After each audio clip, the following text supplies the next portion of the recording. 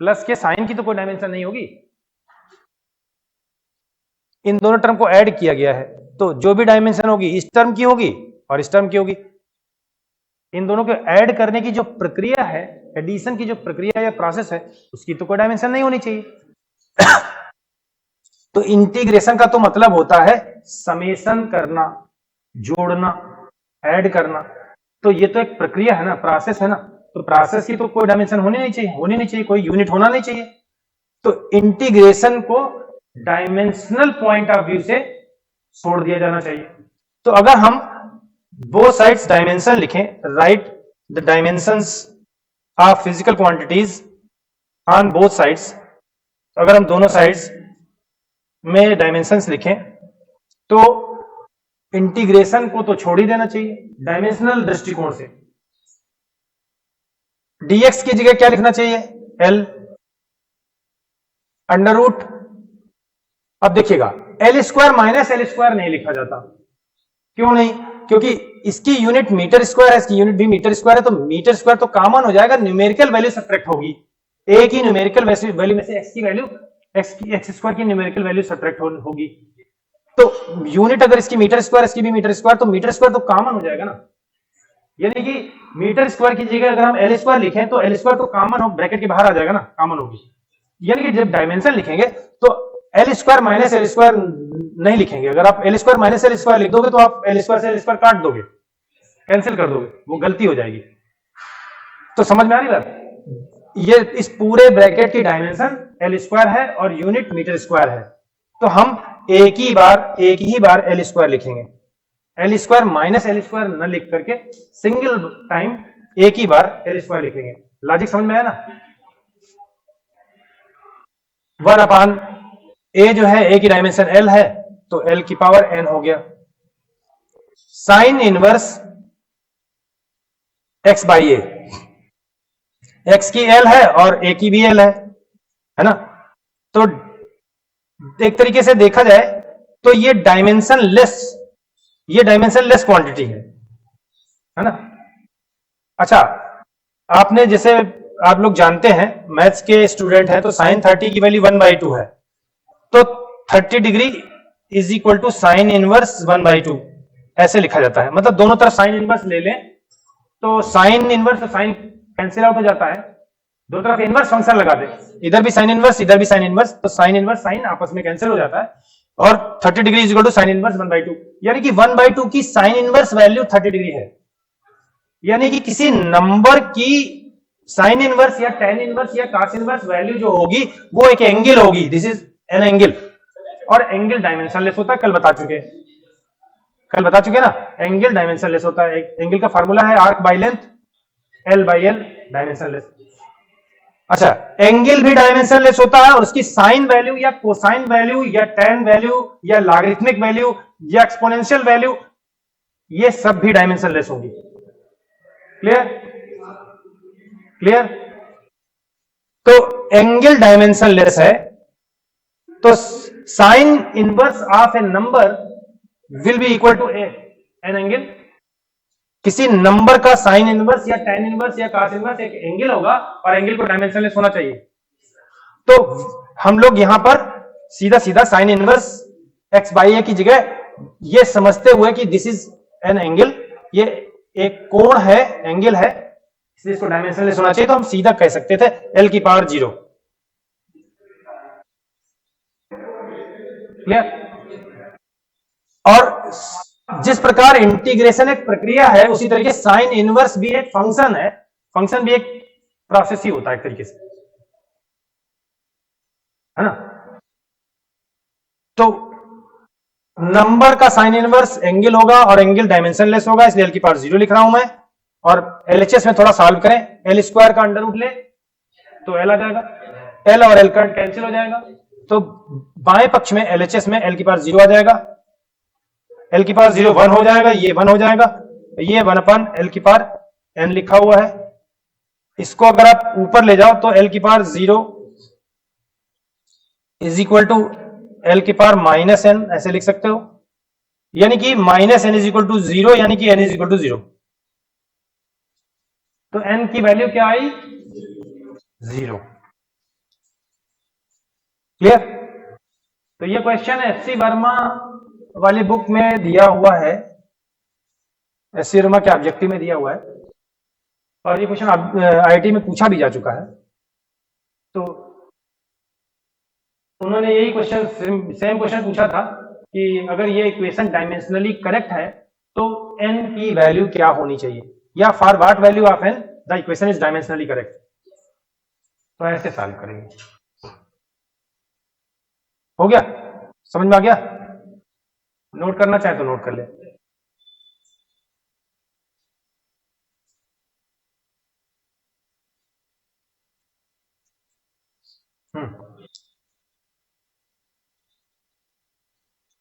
यहां क्या चीज एक्सप्लेन कर दे। अरे 1/L की पावर n है, इसको ऊपर ले जाओगे तो L की पावर -n हो जाएगा। अब इधर L की पावर -n है, इधर LHS में L की पावर 0 है, तो दोनों तरफ L की जो डायमेंशंस हैं, इन पावर्स को डायमेंशंस कहते हैं। डायमेंशंस को कंपेयर कर दो, तुलना कर दो, -n = 0 तो n = 0।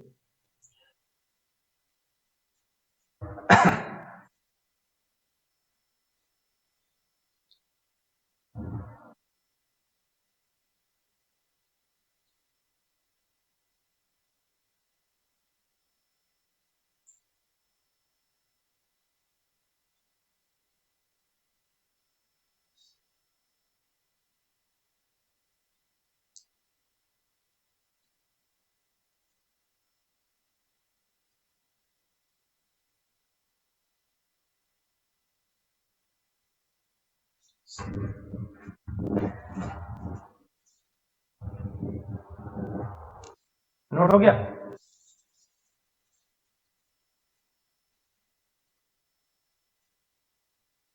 इसी टाइप का एक क्वेश्चन आप ट्राई कर लीजिएगा घर पर। dx/a² + x² = 1/a⁴n tan 1 x/a। अगर ये क्वेश्चन डायमेंशनली करेक्ट है, ठीक है, सही है, तो n की वैल्यू क्या होनी चाहिए? Find n।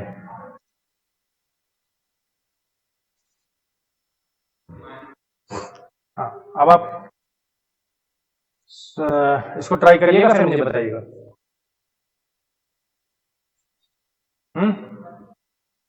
वन आएगी, n की वैल्यू 1 आएगी, क्योंकि देखो LHS में इसकी डायमेंशन L है और इसकी L², इसकी L², तो L² आएगा नीचे, L² से एक L कैंसिल होगा, 1/L आएगा, यानी कि L की पावर -1।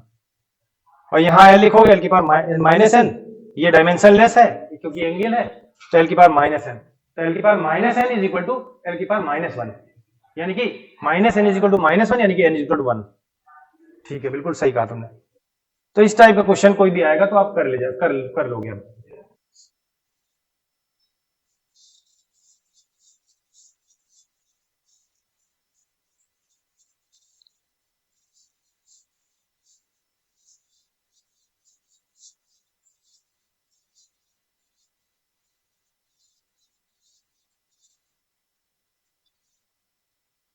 एक इस टाइप का क्वेश्चन देखिए जरा।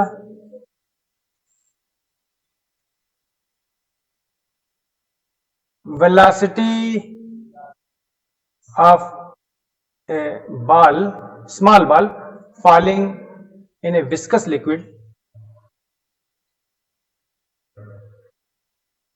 विस्कस लिक्विड का मतलब है श्यान, हिंदी में बोलते हैं श्यान द्रव, गाढ़ा द्रव जो होता है, लाइक ग्लिसरीन या लाइक गम, गोंद की तरह, है ना। तो जो गाढ़ा द्रव होता है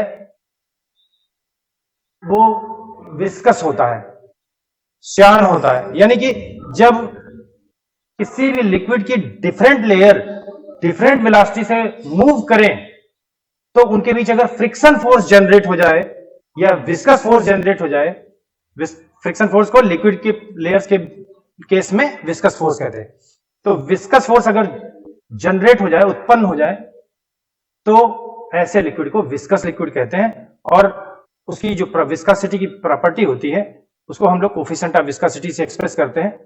तो विस्कस लिक्विड है ये, एक टैंक में विस्कस लिक्विड भरा हुआ है और इसमें हमने एक छोटी सी बाल, स्टील का छर्रा समझते हो ना, है ना, जो बाइसिकल में पड़ा रहता है उस टाइप का, तो छोटी सी बाल मैंने छोड़ दी है और ये नीचे गिर रही है, इसकी वेलोसिटी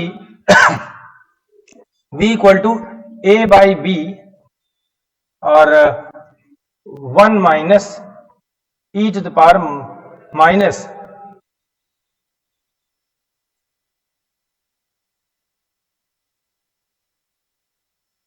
अल्फा अल्फा टी, ऐसे फार्मूले से गिवन है, ऐसे फार्मूले से गिवन है। तो what is the dimension of, यहाँ ए और ए बाई बी की जगह आप v0 लिख लो। What is dimension of v0 and alpha, v0 और अल्फा की डायमेंशन क्या है? तो एक बात जानने योग्य है, समझने योग्य है कि RHS और LHS की डायमेंशन लॉ ऑफ होमोजेनिटी के अकॉर्डिंग, समांगता के नियम के अकॉर्डिंग सेम होनी चाहिए। अगर ये इक्वेशन डायमेंशनली ट्रू है, करेक्ट है, तो बोथ साइड की डायमेंशन सेम होनी चाहिए। LHS की डायमेंशन वेलोसिटी की है, क्योंकि ये वेलोसिटी का फार्मूला गिवन है, तो इसकी डायमेंशन LT-1 है। तो RHS में लिखे हुए इन दोनों टर्म जिनका की प्रोडक्ट है, बीच में प्रोडक्ट का साइन है, इन दोनों की डायमेंशंस का प्रोडक्ट इसके इक्वल होना चाहिए। और लेकिन जो सेकेंड टर्म है, इसमें ये 1 जो है वो नंबर है, और नंबर की डायमेंशन होती नहीं, ये डायमेंशन लेस है, इसका मतलब ये भी डायमेंशन लेस होना चाहिए। और मैं अभी थोड़ी देर पहले बता चुका हूं कि साइन ऑफ या कोसाइन ऑफ या tan of any angle, this is angle is dimensionless and this whole value is also dimensionless. इसी तरीके किसी भी नंबर की को अगर एक्सपोनेंशियल पावर पे e की पावर पे या a की पावर पे रेज करें, तो ये पावर जो है डायमेंशन लेस होनी चाहिए, क्योंकि e और a जो है वो एक नंबर है, फिक्स्ड नंबर है ना, फिक्स्ड नंबर है। तो फिक्स्ड नंबर के ऊपर e की पावर x या a की पावर x या 10 की पावर x या 2 की पावर x, किसी भी नंबर के ऊपर अगर पावर लगाओगे तो वो पावर डायमेंशन लेस होनी चाहिए, और ये पूरा टर्म भी डायमेंशन लेस होना चाहिए। log of x, ln x means log e base, log e base को ln बोलते हैं, ln से भी लिखा जाता है, नेचुरल log बोलते हैं। तो log e base x, x must be dimensionless. तो किसी नंबर को अगर log के अंदर लिखा गया, यानी कि इस नंबर का हम log ले रहे हैं इस बेस पर, e बेस पर, है ना, तो e बेस पर अगर हम इस नंबर का लॉगरिथम ले रहे हैं, तो ये पूरी लॉगरिथम वैल्यू डायमेंशन लेस होनी चाहिए। और ये पूरी वैल्यू डायमेंशन लेस तभी होगी जब x भी डायमेंशन लेस हो।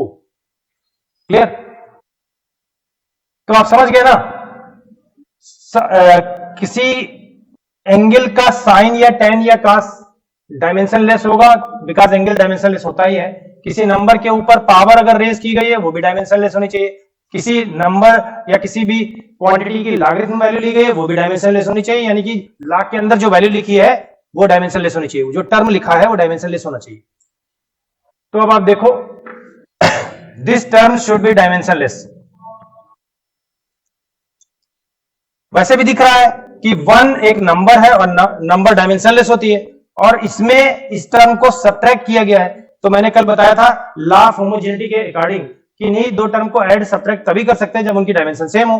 अगर ये डायमेंशन लेस है तो इसको भी डायमेंशन लेस होना चाहिए, और ये डायमेंशन लेस है, इसका मतलब इसकी पावर डायमेंशन लेस होनी चाहिए। इसका मतलब alpha into T should be dimension less, यानी कि अल्फा की डायमेंशन 1/t की डायमेंशन होनी चाहिए। टी इज द टाइम, ठीक।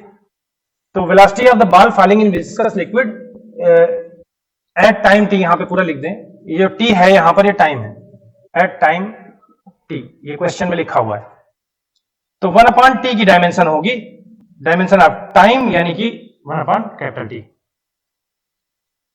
ठीक है। तो अल्फा की डायमेंशन ये हो गई। अब पूरी इक्वेशन को देखो, ये डायमेंशन लेस है, ये टर्म पूरा डायमेंशन लेस है, तो इस टर्म की डायमेंशन इस टर्म के डायमेंशन के इक्वल होनी चाहिए। तो यानी कि v0 की डायमेंशन वही होनी चाहिए जो डायमेंशन ऑफ वेलोसिटी है, वेलोसिटी यानी कि LT-1।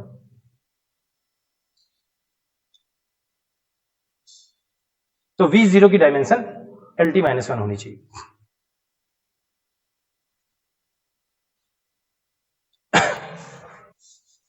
जल्दी जल्दी नोट करिए।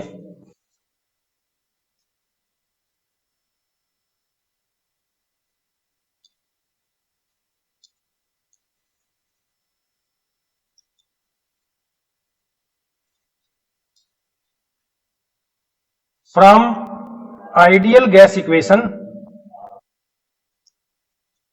आदर्श गैस इक्वेशंस हिंदी में बोलते हैं, इंग्लिश में बोलते हैं ideal gas equation. From the ideal gas equation PV is equal to nRT, find the dimension of capital R। Find the dimension of capital R। Capital R की जगह dimension निकालो। Capital R का नाम क्या है? Universal gas constant. हाँ, universal gas constant.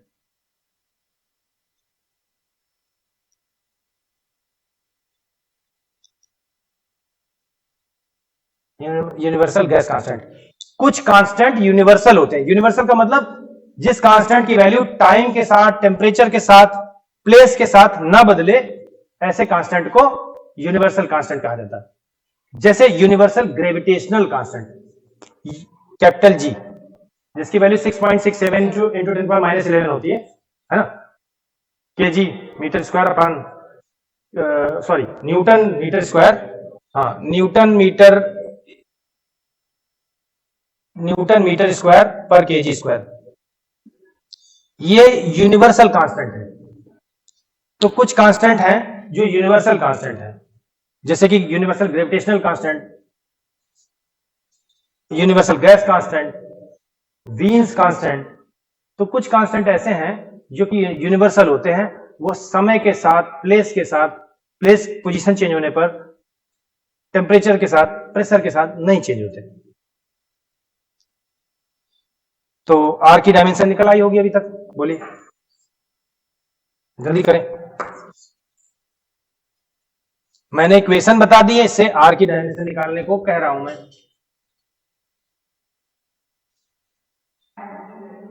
अरे नहीं भाई, देखो सारे कांस्टेंट ऐसे नहीं होते जो कि डायमेंशन लेस हो।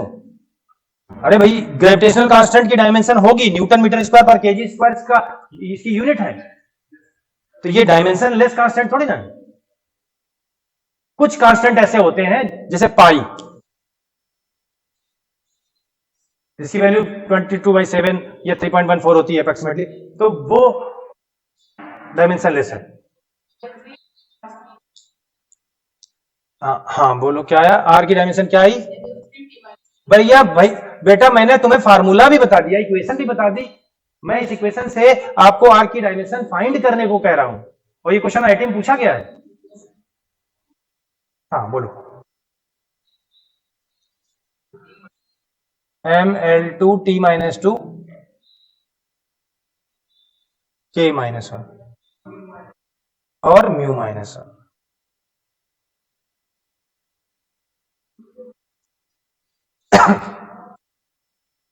और कोई बोलेगा? तुम बोलो।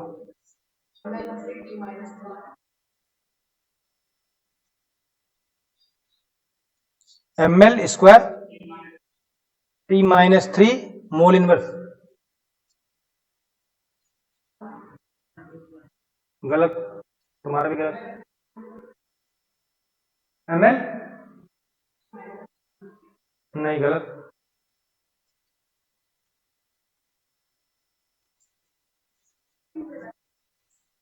मुझे लगता है ये जो सारे नाम तो है। हाँ, ये ठीक तो बोला है इसने, सही तो लिखा है, ठीक है। करके दिखाऊं भाई? प्रेशर की डायमेंशन क्या होती है? Force upon area, perpendicular force upon area, ठीक है। तो फोर्स अपॉन एरिया से निकालोगे तो प्रेशर की डायमेंशन निकलेगी ml-1 T-2। भाई फोर्स की क्या होती है? mLT-2 होती है ना फोर्स की। एरिया से डिवाइड करो, L स्क्वायर से डिवाइड करो तो क्या आएगा? यही तो आएगा, ml-1 T-2। ये हो गई प्रेशर की। इस इक्वेशन में P क्या है? प्रेशर है, pressure of the gas. V क्या है, volume of the gas, volume की डायमेंशन होती है लेंथ ब्रेथ इनटू हाइट, तो L क्यूब, तो ये हो गई प्रेशर की डायमेंशन, मैं P की लिख रहा हूं यहां पे इंटू V की लिख रहा हूं, L cube is equal to mole. बच्चे इसको छोड़ देते हैं, ये सोचते हैं नंबर ऑफ मोल है, ये कोई नंबर होगी, नंबर की डायमेंशन नहीं होनी चाहिए, कई बुक्स में इसको छोड़ दिया गया है, गलत लिखा हुआ है। जबकि मैंने कल पढ़ाया था कि मोलर अमाउंट ऑफ सब्सटेंस जिसकी यूनिट मोल होती है या ग्राम मोल होती है, उसका डायमेंशनल सिंबल म्यू होता है, तो इसको भूलिएगा नहीं, इसको जस्ट नंबर समझ के छोड़ मत दीजिएगा, इसकी जगह म्यू लिखना पड़ेगा या मोल लिखना पड़ेगा। तो ये आरएचएस में एन की जगह आप म्यू लिखिए, आर की निकालनी है, इसको ऐसे ही आर को आर लिखे रहने दीजिए। टी, गौर करें, कुछ लोग इस वाले टी को टाइम समझ ले रहे हैं, टाइम नहीं है बेटा, ये absolute temperature of the gas है, टेम्परेचर है, तो इसकी जगह के इनवर्स के यहां के लिखना पड़ेगा, फिर ये उधर जाके जब ट्रांसफर होगा तो के इनवर्स हो जाएगा, तो के, चाहे के लिखो चाहे थीटा लिखो, दोनों वैलिड है। अब आपको आर की निकालनी है, म्यू और के को अपान में ले जाओ, सॉल्व कर दो, तो मुझे लगता है यही आएगा जो सानिध्य ने बोला है, ये करेक्ट आंसर है भाई। एल क्यूब से देखो ना, 3 से -1 हो जाएगा, एल की पावर 2 आ जाएगा, तो यही तो आ जाएगा, m l की पावर 2 t की पावर -2 और म्यू -1 k -1। सानिध्य ने बिल्कुल सही जवाब दिया है, ठीक है।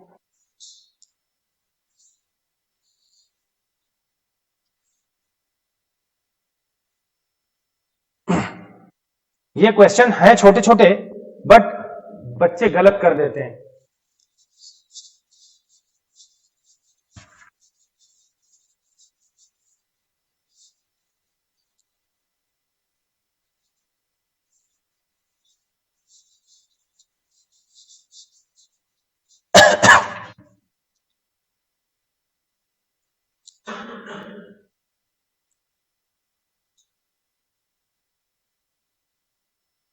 एक क्वेश्चन इस टाइप का करिए,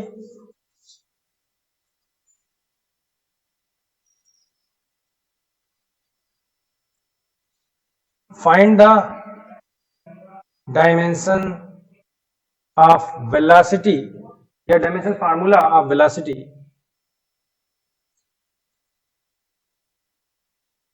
bye considering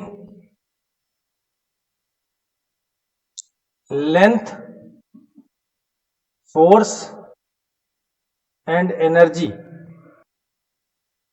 as fundamental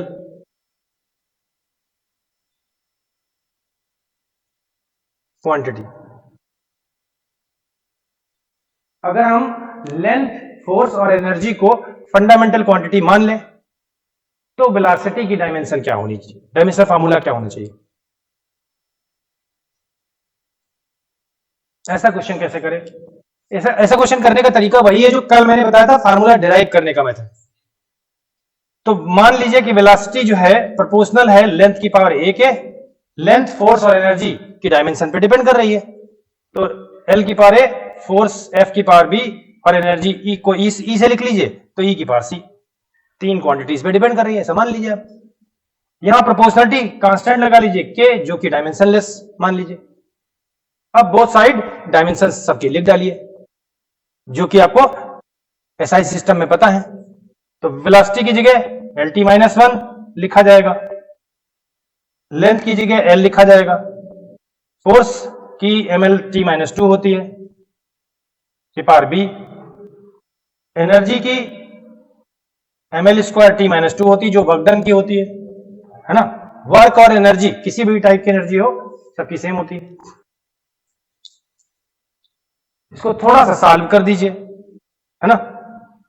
LHS में तो ऐसे लिखे रहने दीजिए, इनके पास 0 और लिख लीजिए ज्यादा से ज्यादा, और आरएचएस में करेक्ट कर लीजिए के जो कि डायमेंशनलेस है उसको डायमेंशनल पॉइंट ऑफ व्यू से स्किप कर दीजिए, छोड़ दीजिए। एम की पावर क्या है, बी प्लस सी, एल की पावर क्या है, ए प्लस बी प्लस 2c, और t की पावर कलेक्ट करिए तो -2b -2c। इसके आगे आप लोग कर लोगे ना, छोड़ दें। पावर कंपेयर करनी है, एम की पावर को एम की पावर से कंपेयर कर दो, एल की पावर को एल की पावर से कंपेयर कर दो। पावर को डायमेंशन कहते हैं, यानी कि एम की डायमेंशन का बोथ साइड कंपेयर कर दो, एल की डायमेंशन बोथ साइड कंपेयर कर दो, और सॉल्व करके तीन इक्वेशन से ए बी सी की वैल्यू निकाल लो। B plus C equal to 0, A plus B plus 2c is equal to 1 and minus 2b minus 2c is equal to -1।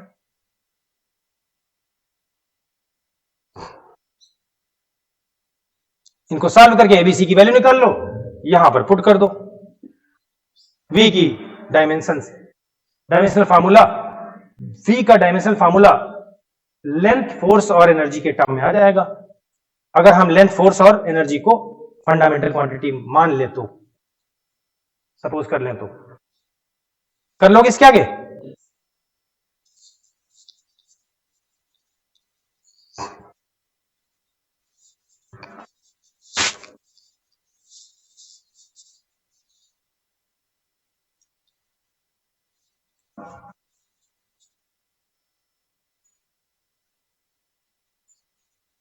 कुछ क्वांटिटीज है जिनकी डायमेंशंस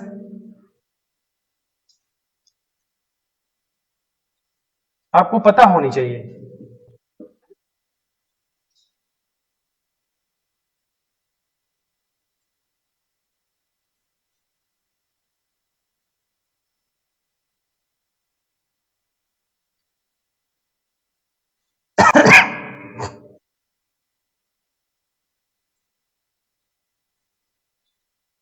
इस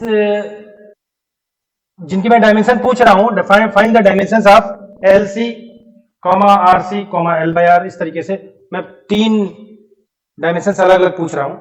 एल और सी के प्रोडक्ट की क्या है, आर सी के प्रोडक्ट की क्या है, एल बाई आर की क्या है। इसमें एल क्या है? इंडक्टेंस, सेल्फ इंडक्टेंस, स्वप्रेरण गुणांक किसी कुंडली का होता है, ठीक है, self inductance of a coil. C क्या है? कैपेसिटेंस है ऑफ कैपेसिटर या कंडक्टर। और आर क्या है? रेजिस्टेंस।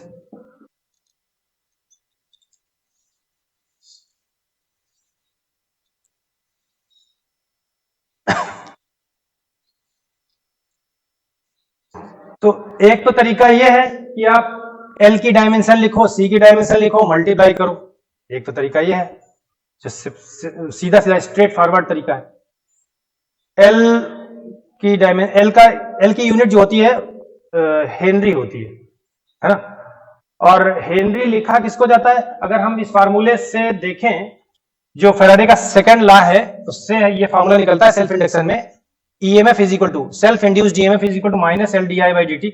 इस फार्मूले से अगर निकालें तो इसकी यूनिट होगी, ईएमएफ की यूनिट वोल्ट होती है, वोल्टेज होता है एक प्रकार का, वोल्ट होती है। चेंज इन करंट पर सेकेंड, यानी कि rate of change of current, तो इसकी यूनिट हो गई एम्पियर और इसकी यूनिट हो गई टाइम की, है ना, टाइम की यूनिट हो गई सेकेंड। तो यहां से इसकी डायमेंशन निकल आएगी, इसकी यूनिट हेनरी होती है। हेनरी इज इक्वल टू क्या होगा? वोल्ट इंटू सेकेंड पर एम्पियर, है ना। तो हेनरी इज इक्वल टू हो जाता है वोल्ट पर एम्पियर इंटू सेकेंड। और आप जानते हैं वोल्ट पर एम्पियर को हम लोग ओम भी कहते हैं, ohm, V upon I is equal to R, ohm's law से। तो ohm into second is equal to henry होता है ना। तो आप चाहो तो यहां से आप देख सकते हो, जैसे इसकी बात करें, L बाई आर की बात करें, तो L की जगह हम लोग लिखेंगे वोल्ट पर एम्पियर को हम लोग ओम कहते हैं, ओम कहते हैं, है ना। L बाई आर, इसकी चर्चा कर रहे हैं L बाई आर की। तो L बाई आर के लिए ओम इंटू सेकेंड, ओम इंटू सेकेंड अपॉन रेजिस्टेंस, ये नीचे R लिखा है, ओम, ओम ओम कैंसिल, आया सेकेंड। यानी कि L बाई आर जो है वो उसकी डायमेंशन टाइम की डायमेंशन होगी। इतना सब करने की आवश्यकता नहीं है यदि आपने कॉन्सेप्ट पढ़ा है। अब मैं कॉन्सेप्ट की बात याद दिलाऊं, अगर किसी क्वाइल के एंड्स पर कोई सेल या बैटरी लगाएं और इस क्वाइल के सीरीज में एक बल्ब लगाएं और यहां पर एक स्विच लगा करके इस स्विच को क्लोज कर दें यानी कि कनेक्ट कर दें तो आप देखोगे कि अगर इस बल्ब के सीरीज में कॉइल लगी है जिसका सेल्फ इंडक्टेंस L है, तो ये बल्ब स्विच कनेक्ट करते ही अचानक मैक्सिमम ग्लो पर नहीं पहुंचता, यानी कि मैक्सिमम चमकता नहीं। क्या होता है कि जैसे ही हम स्विच को क्लोज करते हैं और सेल या बैटरी करंट थ्रो करती है, करंट सेंड करती है, ये इंडक्टर इधर इस एंड को पॉजिटिव को नेगेटिव कर देता है, इसमें करंट इंक्रीज होने लगती है सर्किट में, तो करंट के इंक्रीज का विरोध कर देता है लेंज के लॉ के अकॉर्डिंग टू लेंज लॉ। तो ये जो इंडक्टर है ये करंट को सडनली इंक्रीज नहीं होने देता, मैक्सिमम वैल्यू तक अचानक पहुंचने नहीं देता, स्विच कनेक्ट करते ही पहुंचने नहीं देता, धीरे धीरे बढ़ने देता है। तो जो ये बल्ब का रेजिस्टेंस अगर R है तो ये LR सर्किट है, और LR सर्किट में जो करंट की ग्रोथ का फार्मूला बनता है I=I0 1 माइनस e की power R by L into T with minus sign, ये फार्मूला बनता है। अभी ऐसा ही एक क्वेश्चन मैंने कराया था, V=V0 बताया था ना, 1 माइनस e की पावर माइनस अल्फा टी, वही कॉन्सेप्ट याद करिए। तो ये करंट है, ये फाइनल मैक्सिमम करंट है, तो ये टर्म डायमेंशनलेस होगा, और ये डायमेंशनलेस अगर है तो ये पावर डायमेंशनलेस होनी चाहिए, यानी कि अगर इसकी डायमेंशन टाइम की है तो इसकी डायमेंशन टाइम इनवर्स की होनी चाहिए, तभी टाइम इनवर्स और टाइम की डायमेंशन कैंसिल आउट हो पाएगी। लॉजिक सही है ना? तो इसकी डायमेंशन अगर टाइम की है तो इसकी डायमेंशन इस R बाई एल की डायमेंशन T इनवर्स की होनी चाहिए, और L बाई आर की अगर पूछे, R बाई एल की तो T इनवर्स हो गई, L बाई आर की पूछे तो T हो जाएगी। तो हमने अगर ये कॉन्सेप्ट पढ़ा है तो हमको ये सब करने की आवश्यकता नहीं है, हम सीधा कह सकते हैं कि L बाई आर की डायमेंशन टाइम की डायमेंशन होगी, उसका मात्रक या यूनिट जो होगी सेकंड होगी। और मैं आपको बता दूं L बाई आर को इस सर्किट का टाइम कांस्टेंट कहते हैं। टाइम कांस्टेंट वो टाइम होता है जिस टाइम में इस सर्किट में करंट अपनी मैक्सिमम वैल्यू I0 का 63% गेन कर लेती है, अचीव कर लेती है।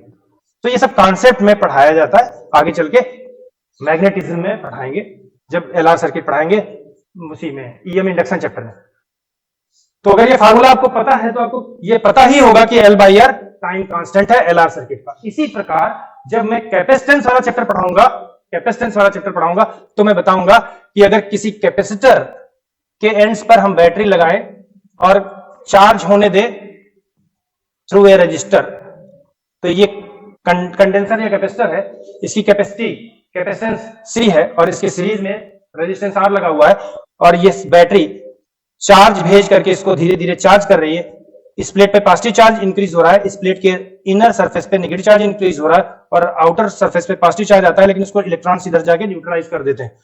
तो इस तरीके से कंडेंसर या कैपेसिटर की चार्जिंग चल रही है, ये CR सर्किट या RC सर्किट कहलाता है। और इसमें जो चार्ज इसकी प्लेट पर जो चार्ज इंक्रीज होता है टाइम के साथ, उसका एक फार्मूला है, फार्मूला भी हम डिराइव करके दिखाएंगे, किरचॉफ सेकंड रूल अप्लाई करके, किरचॉफ वोल्टेज रूल अप्लाई करके, Q=Q0 1 माइनस e की power minus T by CR, ये फार्मूला डिराइव करके दिखाएंगे। तो अगर आपको कॉन्सेप्ट पता है, आपने ये पढ़ा है, तो आप जानते हैं ये इस सर्किट में यानी कि इस कैपेसिटर में चार्ज की ग्रोथ का फार्मूला है। ठीक, अगर आप ये फार्मूला जानते हैं तो LHS की डायमेंशन क्या है? LHS की डायमेंशन है चार्ज की डायमेंशन, कूलम है इसकी यूनिट। RHS में इसकी डायमेंशन भी चार्ज की होनी चाहिए, क्योंकि ये टर्म डायमेंशनलेस होता है। अब ये टर्म डायमेंशनलेस है, इसका मतलब ये पावर डायमेंशनलेस होनी चाहिए, यानी कि टाइम ऊपर लिखा टाइम, नीचे लिखा CR, तो अगर इसकी डायमेंशन टाइम की डायमेंशन है तो इसकी डायमेंशन भी टाइम की डायमेंशन होनी चाहिए, यानी कि CR, ये देखो RC, इसकी डायमेंशन टाइम की डायमेंशन होनी चाहिए। तो ये जो RC है ये इस सर्किट का टाइम कांस्टेंट है। टाइम कांस्टेंट वो टाइम होता है जिस टाइम में कंडेंसर जो है मैक्सिमम फाइनल स्टेडी स्टेट में जितना चार्ज उसे लेना है उसका 63% गेन कर लेता है। क्लियर? ये सब चीजें कॉन्सेप्ट में पढ़ाई जाएंगी। तो RC की डायमेंशन क्या हो गई? T। RC की डायमेंशन टाइम की डायमेंशन हो गई। L बाई आर की डायमेंशन क्या हो गई? टाइम की डायमेंशन हो गई। इसी तरह LC की डायमेंशन क्या होगी?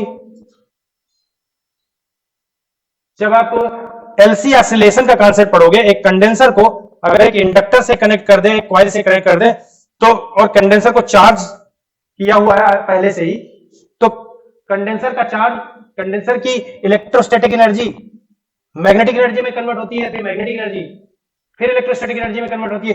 तो ये एक बार इस दर से डिस्चार्ज होता है, डिस्चार्ज होने के बाद फिर इस साइड से चार्ज होता है, इधर से डिस्चार्ज हो रहा है ना, पहले डिस्चार्ज हो जाएगा, फिर इस साइड से चार्ज हो जाएगा, ये पोलैरिटी पलट जाएगी। मतलब इसकी इलेक्ट्रिक एनर्जी पहले इस कॉइल की मैग्नेटिक एनर्जी में कन्वर्ट हो जाती है, फिर कॉइल की मैग्नेटिक एनर्जी फिर से इसको चार्ज कर देती है, इलेक्ट्रोस्टैटिक एनर्जी में कन्वर्ट हो जाती है। और ये जो सर्किट है, इस सर्किट में एनर्जी और चार्ज ये ऑसिलेट करते रहते हैं। ये एलसी ऑसिलेटर सर्किट है, एलसी का ऑसिलेशन का सर्किट है। तो इसमें जब आप फार्मूला पढ़ते हो तो फार्मूले में जो एलसी ऑसिलेशन की फ्रीक्वेंसी का फार्मूला आता है 1/2 पाई अंडर रूट एलसी आता है। यानी कि साफ साफ दिख रहा है कि 2 पाई की तो कोई डायमेंशन होती नहीं, तो 1/रूट एलसी की डायमेंशन फ्रीक्वेंसी की डायमेंशन है, यानी कि टी इनवर्स। तो मैंने अगर एलसी की पूछी थी तो ऐसे आप लिख सकते हो, रूट एलसी को ऊपर ले जाओ, 1/फ्रीक्वेंसी को नीचे लाओ, तो रूट ऑफ एलसी की डायमेंशन हो जाएगी 1/फ्रीक्वेंसी की डायमेंशन। और फ्रीक्वेंसी की डायमेंशन सारे लोग जानते हो टी इनवर्स होती है, और टी इनवर्स को ऊपर ले जाओ तो टी हो जाएगा, और फिर दोनों तरफ स्क्वायर कर दो तो एलसी की डायमेंशन जो आ जाएगी वो आ जाएगी टी स्क्वायर की डायमेंशन। बात समझ में आई? तो थोड़ा सा कॉन्सेप्ट पता होना चाहिए फिजिक्स में, तो क्वेश्चन कठिन नहीं होते। वरना आप एल की डायमेंशन निकालो, आर की डायमेंशन निकालो, फिर डिवाइड करो, या आर की डायमेंशन को सी की डायमेंशन से मल्टीप्लाई करो, या एल की डायमेंशन को सी डायमेंशन से मल्टीप्लाई करो, तो टाइम लगेगा ज्यादा। और ये जो मैंने बताया ये आईटी में क्वेश्चन दसियों बार पूछा गया, बहुत बार पूछा गया। तो अब याद हो गया, एलसी की डायमेंशन टाइम स्क्वायर की डायमेंशन होगी, 1/रूट एलसी की डायमेंशन फ्रीक्वेंसी की डायमेंशन होती है। तो नोट कर लीजिएगा इसको, इधर वाला हम मिटा दे रहे हैं। एक एक क्वेश्चन, एक एक टॉपिक बहुत इंपॉर्टेंट है आईटी के पॉइंट ऑफ व्यू से। अगर आप आईटी का एग्जाम क्वालिफाई करना चाहते हैं, उसकी प्रिपरेशन करने चले हैं, निकले हैं, तो आपको एक एक टॉपिक बहुत मजबूती से पढ़ना पड़ेगा, बहुत ध्यानपूर्वक पढ़ना पड़ेगा। आगे बढ़ते हैं और आज का टॉपिक स्टार्ट करते हैं। और क्वेश्चन इस पे आप लोग करिएगा, यूनिट डायमेंशंस पर और क्वेश्चन करिएगा, कोई क्वेश्चन फंसे तो पूछ लीजिएगा। हम लोग आगे बढ़ते हैं और देखते हैं सिग्निफिकेंट फिगर्स।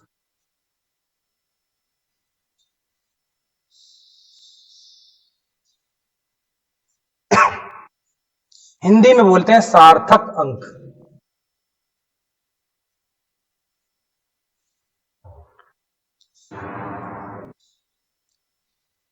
किसी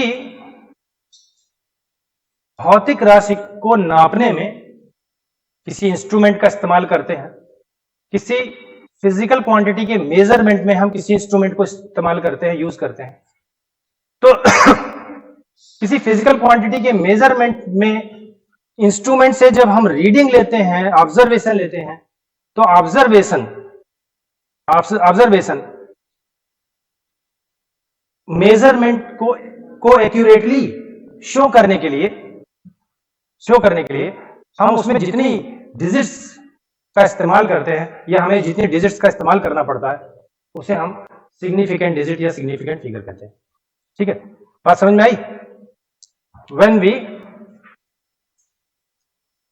या सीधा सीधा लिखें, those digits which are required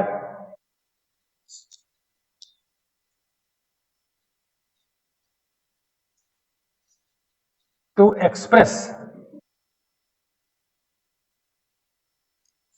correctly a measurement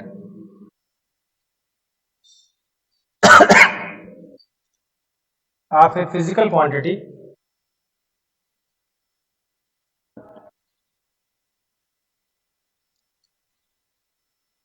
by an instrument.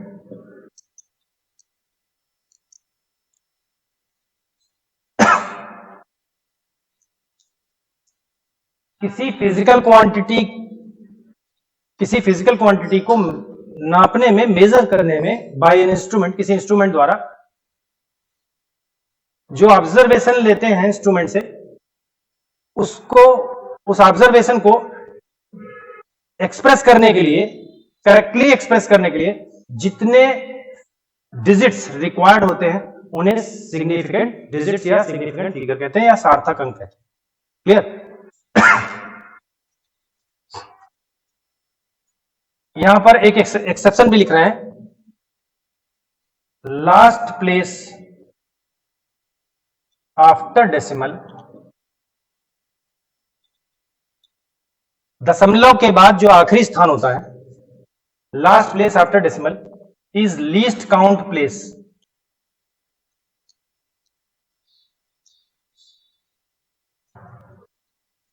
It is doubtful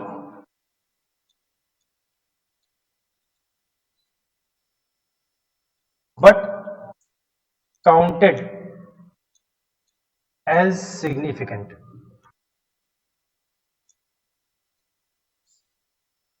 किसी इंस्ट्रूमेंट से जो रीडिंग लेते हैं या ऑब्जर्वेशन लेते हैं या मेजरमेंट लेते हैं उस मेजरमेंट में दशमलव के बाद, डेसिमल के बाद जो आखिरी प्लेस पर लिखी हुई रीडिंग होती है वो डाउटफुल होती है, क्योंकि वो लीस्ट काउंट प्लेस है। उस पर लिखी हुई रीडिंग करेक्ट भी हो सकती, नहीं भी हो सकती करेक्ट, लेकिन चूंकि करेक्ट होने की संभावना भी है, इसलिए उसको हम सिग्निफिकेंट फिगर में काउंट करते हैं, गिनते हैं। क्लियर?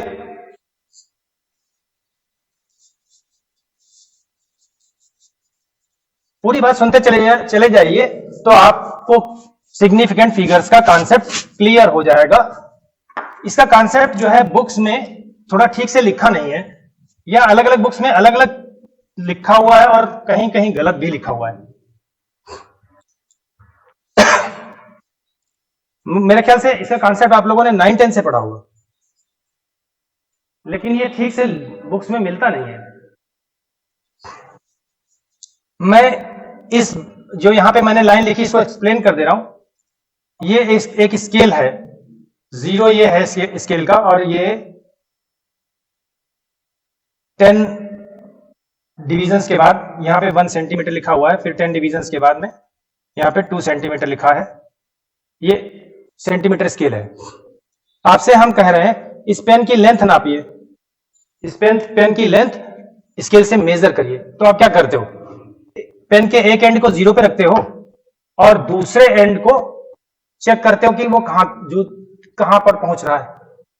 तो आपने जैसे मान लो ऐसे रखा है, इस एंड को 0 पे रखा, इस एंड को चेक किया आपने कहां तक पहुंचा। तो आप देख रहे हैं कि जो इसकी पेन की टिप है वो 1 सेंटीमीटर को पार कर गई है, 1 सेंटीमीटर को क्रॉस कर गई। उसके बाद 1 2 3 डिवीजन, 3 मिलीमीटर डिवीजन को क्रॉस कर गई, लेकिन चौथे तक नहीं पहुंची है। दिख रहा सबको?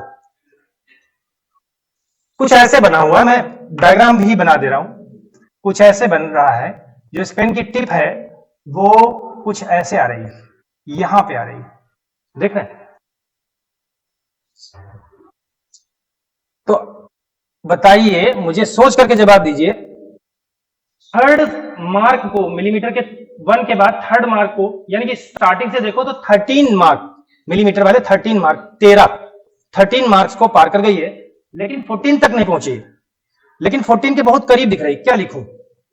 लेंथ पेन की लेंथ क्या लिखूं? 4 वाले, चौथे वाले, इसका जूम फिगर दिखाऊं तो कुछ ऐसे दिख रहा है। ये 3rd डिवीजन है और ये 4th डिवीजन है, यहां पे कहीं दिख रहा है। केवल इतना पोर्शन जूम करके दिखा रहा हूं।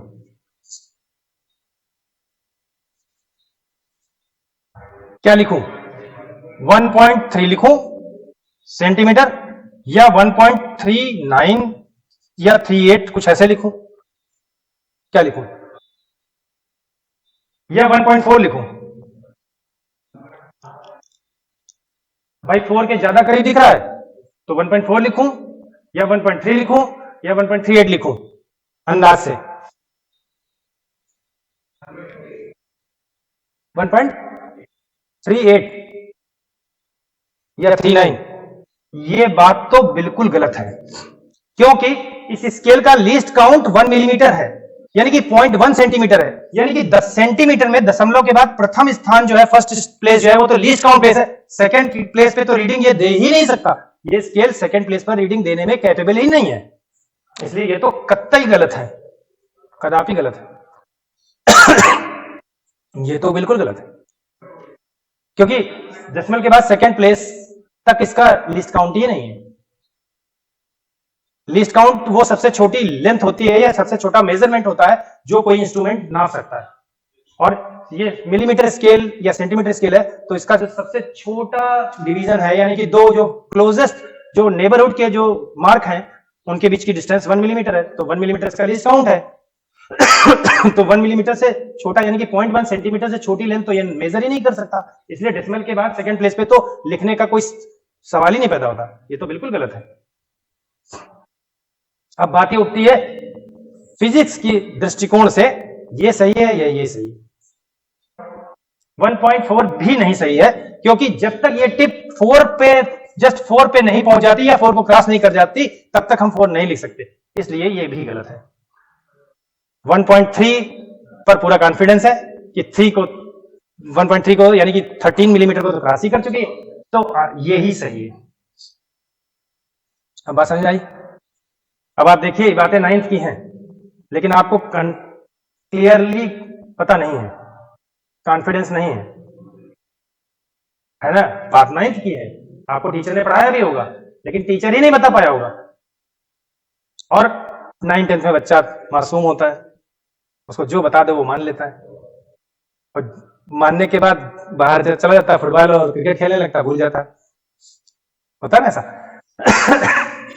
तो सिग्निफिकेंट फिगर की बात हम कर रहे हैं, जब हम किसी फिजिकल क्वांटिटी को किसी इंस्ट्रूमेंट से नापते हैं, मेजर करते हैं, तो जो डिजिट्स आवश्यक होती हैं, रिक्वायर्ड होती हैं इस मेजरमेंट को, इस जो हमने ऑब्जर्वेशन लिया है, जो रीडिंग ली है, उसको लिखने के लिए, उसको एक्सप्रेस करने के लिए, उसको व्यक्त करने के लिए जो डिजिट्स रिक्वायर्ड होती हैं, उन्हें हम सार्थक अंक या सिग्निफिकेंट फिगर कहते हैं, सिग्निफिकेंट फिगर कहते हैं। और सिग्निफिकेंट फिगर में डेसिमल के बाद जो लास्ट प्लेस होता है वो लीस्ट काउंट प्लेस होता है। लीस्ट काउंट प्लेस पर लिखी हुई डिजिट सही भी हो सकती है, नहीं भी हो सकती।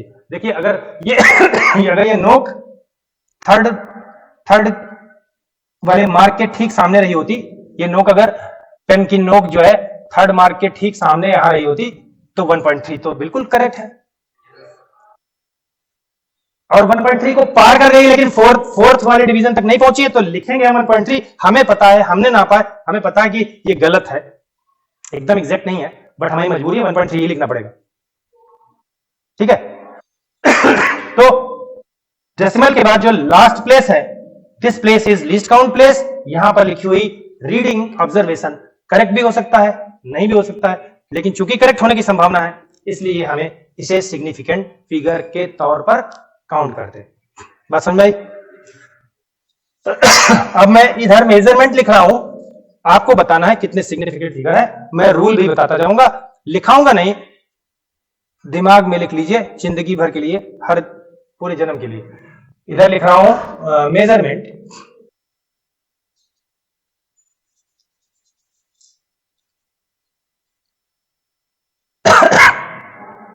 इधर आपको लिखना है सिग्निफिकेंट डिजिट या सिग्निफिकेंट फिगर्स काउंट करके। बताइए 1.010200 मीटर, कितने सार्थक अंक है इसमें, काउंट करिए। 0.01020, इसमें कितने हैं 0.01020 into 10 to the power 8 metre.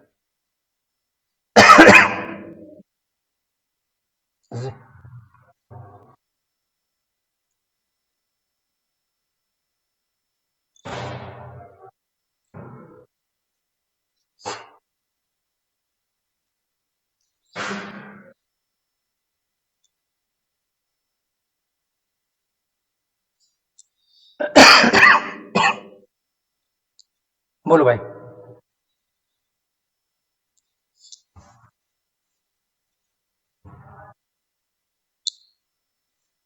इसमें कितने सिग्निफिकेंट फिगर है? हाँ रूल्स, मैं रूल बोलता जा रहा हूं, सुनते जाइएगा। अगर दशमलव के पहले नॉन जीरो डिजिट लिखी है, नॉन जीरो डिजिट मतलब जीरो नहीं लिखा है, नॉन जीरो डिजिट लिखी है, तो डेसिमल के जस्ट बाद वाला जीरो जो किसी नंबर के पहले हो, या किन्हीं दो नंबर के बीच वाला जीरो, या नंबर के लास्ट वाले जितने भी जीरो होते हैं सभी सिग्निफिकेंट फिगर के तौर पे काउंट होते हैं। अगर मात्रक लिखा है, यूनिट लिखी है तो, और जनरली हम सिग्निफिकेंट फिगर की बात कर रहे हैं तो किसी फिजिकल क्वांटिटी के मेजरमेंट में कर रहे हैं, और अगर मेजरमेंट किसी इंस्ट्रूमेंट से किया जा रहा है तो कोई ना कोई यूनिट जरूर होगी। किताबों में कंफ्यूजन ये क्रिएट किया गया है कि कहीं तो वो सिग्निफिकेंट फिगर की बात करने लगते हैं मेजरमेंट में, यानी कि यूनिट वाली क्वांटिटी में, और कहीं बात करने लगते हैं नंबर्स में, संख्याओं में, अर्थमेटिक नंबर्स में। तो मेरा कहना यह है कि सिग्निफिकेंट की फिगर की चर्चा तो मेजरमेंट में ही होनी चाहिए जिसकी कोई यूनिट हो। फिर भी बुक्स में कभी कुछ डिस्कस करने लगते हैं, कभी कुछ डिस्कस करने लगते हैं। मेरे हिसाब से सिग्निफिकेंट फिगर की चर्चा सिर्फ उस क्वांटिटी में होनी चाहिए जिसमें कि यूनिट भी लिखी हो। ठीक है, चलिए पहला रूल समझ में आ गया। दूसरा, डेसिमल के पहले अगर जीरो है तो डेसिमल के जस्ट बाद वाले जीरो जो किसी नंबर के पहले हो सिग्निफिकेंट फिगर में नहीं काउंट किए जाते। तो ये वाला नहीं काउंट किया जाएगा, लेकिन किन्हीं दो नंबर के बीच वाला या लास्ट वाले सारे जीरो काउंट किए जाते हैं। तो ये 1 2 3 4, इसमें 4 है, इसमें 7 आपने गिन ही लिया था, 1 2 3 4 5 6 7 7। इसमें बोलो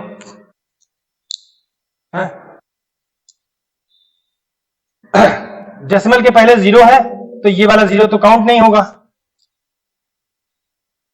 ये वाला जीरो भी काउंट होगा, ये दोनों जीरो भी काउंट होंगे। तो 1 2 3 4 5 5 यहां है। लेकिन अगर 10 की पावर 8 से मल्टीप्लाई करें तो नजारा बदल जाएगा, तो सीन बदल जाएगा, तो ये नंबर ही बदल जाएगी। करके देखें क्या? 10 की पावर 8 का मतलब है अगर 10 की पावर 8 से मल्टीप्लाई करें तो डेसिमल खिसकेगा 8 प्लेसेस, 8 स्थान खिसकेगा। 1 2 3 4 5 6 तो ये हो गया, 2 जीरो और लगेंगे, तो 1 0 2 00, फिर 2 जीरो और लगेंगे, यहां डेसिमल पहुंचेगा यहां। अब अगर काउंट करो तो 1 2 3 4 5 6 7, ठीक गिन रहे हैं, 7 7। अगर मल्टीप्लाई कर दें तब तो ये 7 हो जाएंगे, लेकिन मल्टीप्लाई ना करें तो 1 2 3 4 5 है। क्या सही है, 5 सही है या 7 सही है?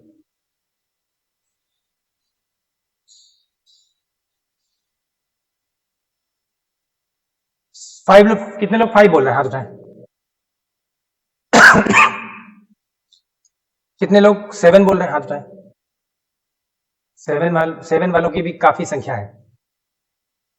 अब रूल क्या है, रूल सुन लीजिए, तो कंफ्यूजन हमेशा के लिए मिट जाएगा, खत्म हो जाएगा। रूल ये है कि किसी भी मेजरमेंट में जो मल्टीप्लिकेशन में 10 की पावर्स में कोई नंबर लिखी रहती है, ये मल्टीप्लाइंग फैक्टर होता है या कन्वर्टर होता है। इंस्ट्रूमेंट से रीडिंग सिर्फ ये ली गई है। जैसे एग्जांपल के तौर पर मान लो कहीं दूर एरोप्लेन उड़ रहा है और हम रडार से उसकी डिस्टेंस नापना चाहते हैं, तो हम अपने लेबोरेटरी में एक कंप्यूटर मॉनिटर लगाए होंगे और एक रेडियो वेव प्रोजेक्ट करने वाला इंस्ट्रूमेंट लगाए होंगे। रेडियो वेव प्रोजेक्ट करेगा, थ्रो करेंगे, रेडियो वेव उड़ते हुए एरोप्लेन से टकरा के वापस आएगी और हम कंप्यूटर मॉनिटर पे एक इंसिडेंट वेव की पीक देखेंगे और एक रिफ्लेक्टेड वेव की पीक देखेंगे, दोनों के बीच की डिस्टेंस नापेंगे। तो जो दोनों के बीच की डिस्टेंस मेजर की है कंप्यूटर स्क्रीन पे, वो तो ये है, वो तो ये है। और हमने इन दोनों पीस के बीच की डिस्टेंस कंप्यूटर मॉनिटर पे, कंप्यूटर स्क्रीन पे सिर्फ इतनी मेजर की है, उसको मीटर में कन्वर्ट करने के लिए इस मल्टीप्लाइंग फैक्टर का यूज किया। इसको हमने इंस्ट्रूमेंट से नापा नहीं है, इसलिए इसको सिग्निफिकेंट फिगर के रूप में हमने ये जो कंप्यूटर मॉनिटर के ऊपर स्केल बनी हुई है, यहां पर एक स्केल बनी है, माइक्रोस्कोपिक स्केल। उस स्केल से एक सूक्ष्म स्केल बनी है, उससे मैंने ये रीडिंग नापी है और उसको मीटर में कन्वर्ट करने के लिए मैंने इससे मल्टीप्लाई किया है। मतलब ये हमने एक कन्वर्टर पहले से ही एक्सपेरिमेंट करके जान लिया है, यानी कि इस स्केल की कैलिब्रेशन की गई है, इसको ऐसे सेट किया गया है कि इसको अगर यहां से जो रीडिंग कंप्यूटर स्क्रीन पर आ रही है उसको अगर हमें मीटर में कन्वर्ट करना हो तो 10 की पावर 8 से मल्टीप्लाई करेंगे, या किलोमीटर में करना हो तो 10 की पावर 5 से कर लेंगे। समझ में आ रही बात? यानी कि हम यहां पर एक और आपको नियम बता रहे हैं, एक और रूल बता रहे हैं कि अगर हम यूनिट को मीटर से किलोमीटर या सेंटीमीटर या मिलीमीटर में कन्वर्ट करें तो सिग्निफिकेंट फिगर पर प्रभाव नहीं पड़ता, सिग्निफिकेंट फिगर उतनी ही बनी रहती। क्लियर? रूल समझ में आया? तो ये जो प्रोडक्ट में 10 की पावर चाहे प्लस में लिखी हो चाहे माइनस में लिखी हो, इसको इसमें मल्टीप्लाई कदापि गलती से मत करना, क्योंकि ये कन्वर्टर होता है, ये सिग्निफिकेंट फिगर में काउंट नहीं होता है। तो आंसर 5 सही है, 7 का कंफ्यूजन हमेशा के लिए खत्म। क्लियर? अब इसमें बताओ। ये मीटर लिखा है, दो नंबर्स के बीच 0 है, ये काउंट होगा। 3 दो नंबर के बाद 0 है, काउंट नहीं होगा।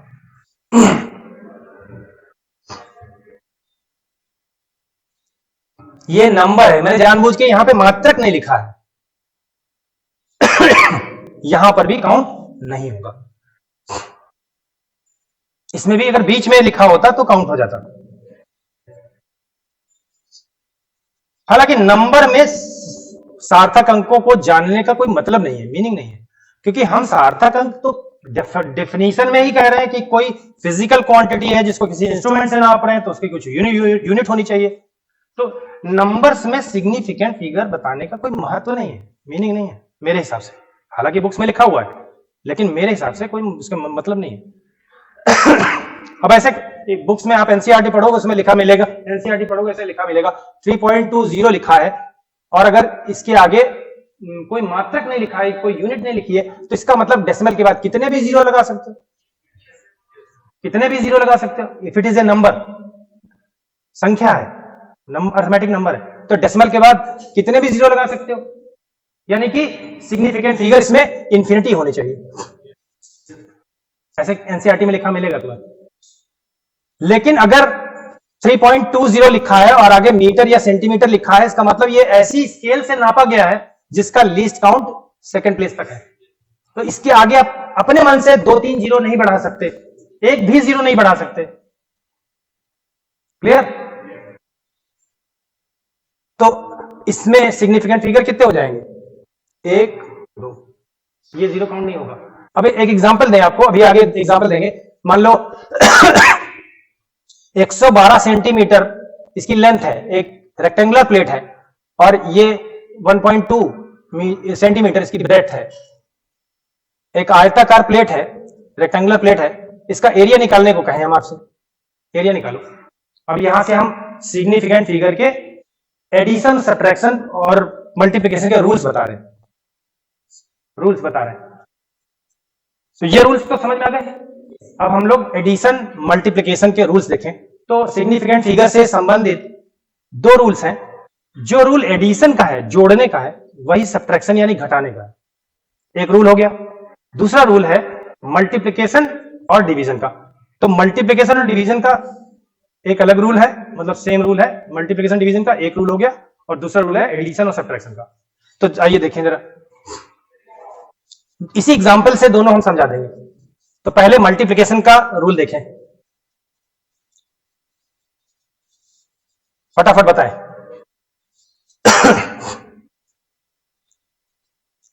एरिया निकालना है, इसी एग्जांपल से समझा रहे हैं। रूल भी एरिया निकालना है, तो लेंथ इंटू ब्रेड्थ, ये लेंथ है, ये ब्रेड्थ है। मल्टीप्लाई करो जरा, 112 इंटू 1.2 सेंटीमीटर स्क्वायर। हाँ, मल्टीप्लाई किया, कितना आया? 134.4 सेंटीमीटर स्क्वायर। अब आप यहां पे रूल सुनिए।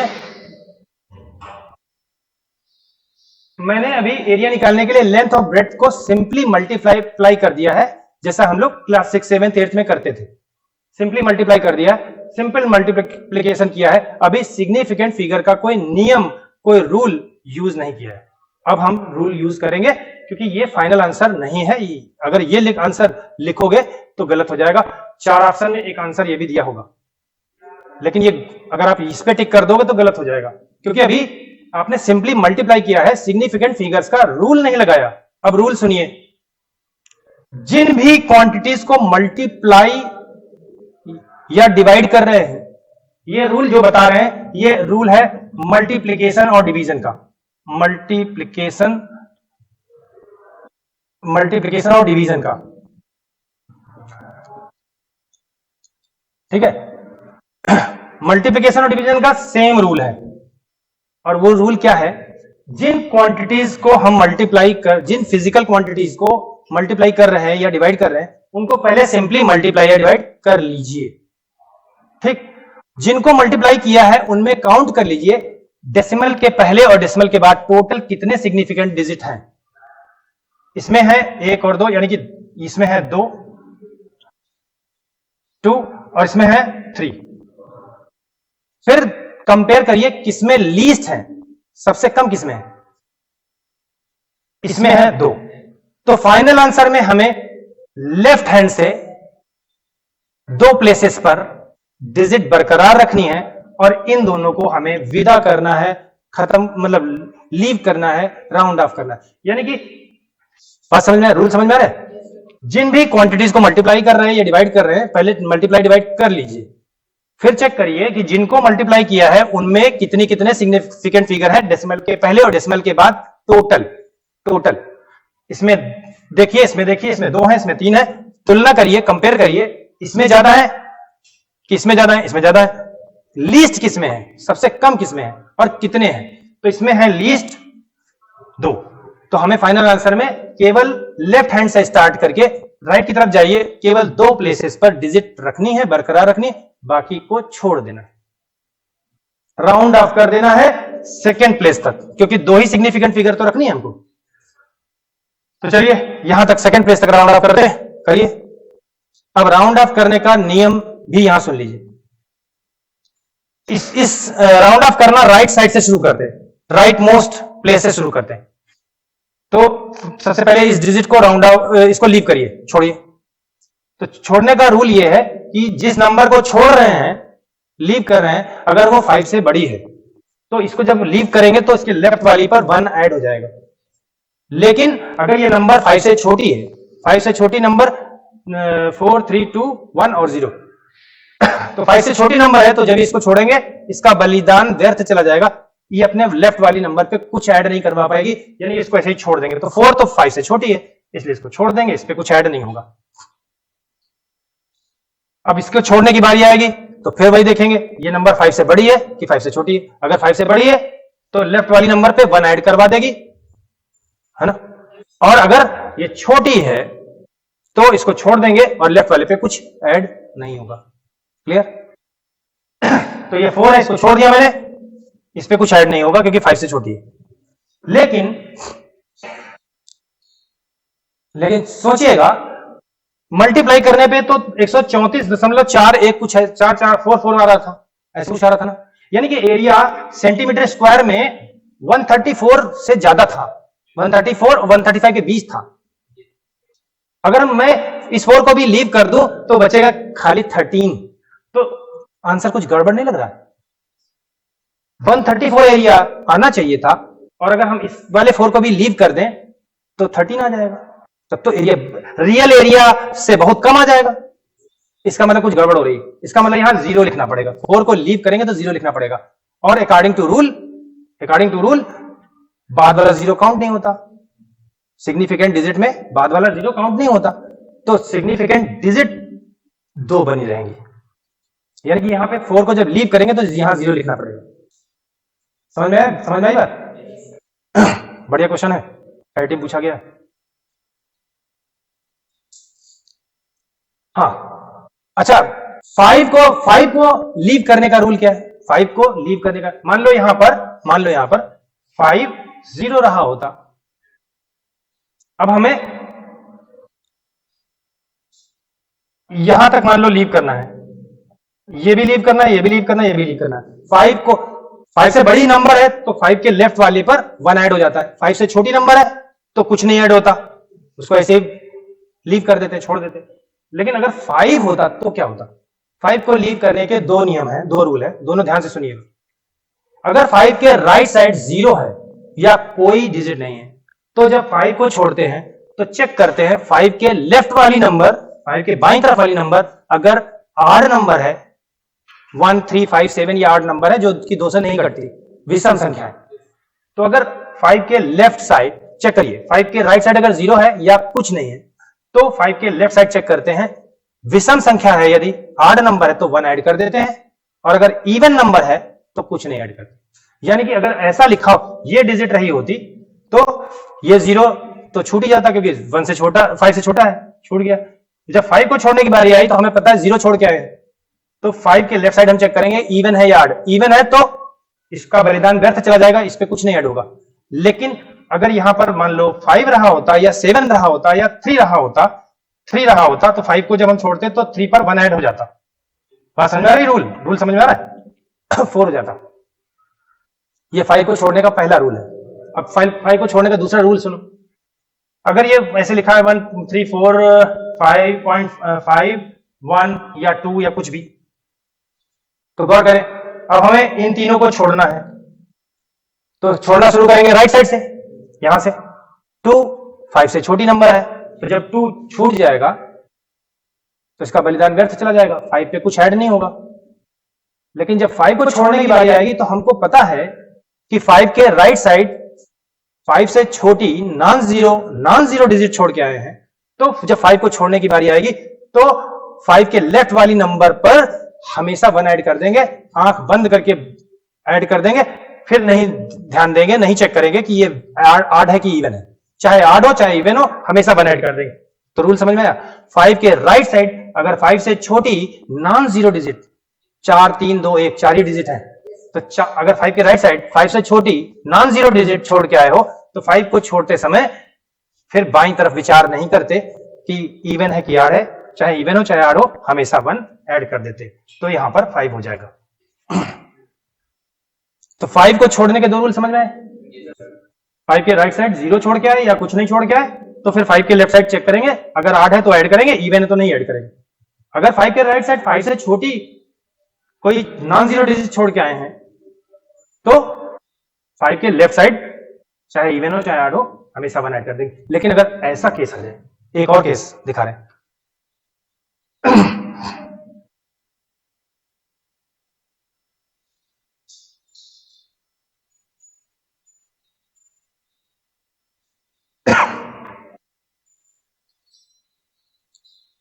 अब यहां तक जरा राउंड अप करो।